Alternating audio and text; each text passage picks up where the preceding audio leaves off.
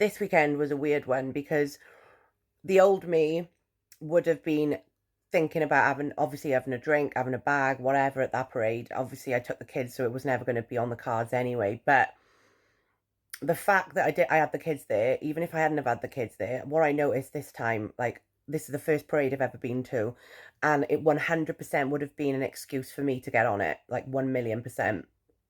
And to be honest, this time, obviously, because I took the kids, it was always about the kids and it wasn't about being like having a session, whatever, which was great.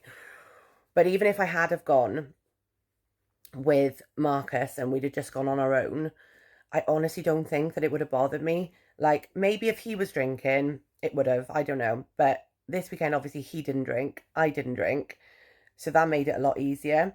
But there were so many people around us drinking, bound to have been taking drugs and stuff. Um, and it just didn't bother me because all I kept thinking was, I need to keep my wits about me. And I would still feel like that, even if I didn't have the kids, because it was such a big event and there was so many people there.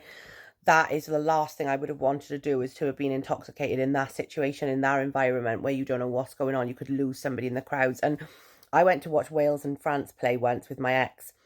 I got absolutely hammered, right? To the point where I was trying to jump off a wall. Oh my God, the police turned up at my house the next day because they were worried about me, even though the wall was like 4 foot. I was just an absolute menace. I ran away from my boyfriend when I was in Cardiff, bumped into my brother-in-law. He had to get me a taxi home, cost about 80 quid. My battery on my phone had died, so I was just crying outside the train station. Like, it's all a blur, to be honest, but like, that's the sort of shit that I used to get up to. And the carnage that I caused and the chaos I caused people, because that's how I behaved. And it was so nice to be on the flip side of it this weekend and just see everything for what it is. And I was watching other people drinking and enjoying themselves and stuff, but I also saw a lot of pissed up people that looked like idiots. And I used to think like, I was thinking that would be me. That would 100% be me. But it was so nice because I've got a memory now that I can cherish, that I can treasure, and no one can take that away from me. Like, there are so many times I've been to watch international rugby, been to watch like football games, stuff like that, and I have not remembered a fucking thing because of the fact that I have been absolutely hammered before and after the game or whatever. And now, like, I can remember every detail of this weekend, every detail of Sunday, every detail of Monday. And that's such a special thing because you're present and you were there to experience something that nobody can take that away from you now. Not even alcohol can take it away. But if I'd have had a drink, it would have ruined the experience completely for me.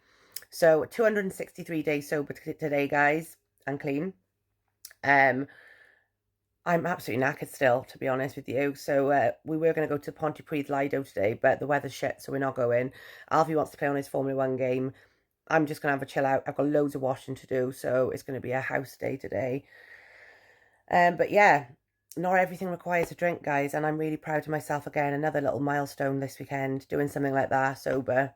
It just goes to show that you don't need alcohol for everything.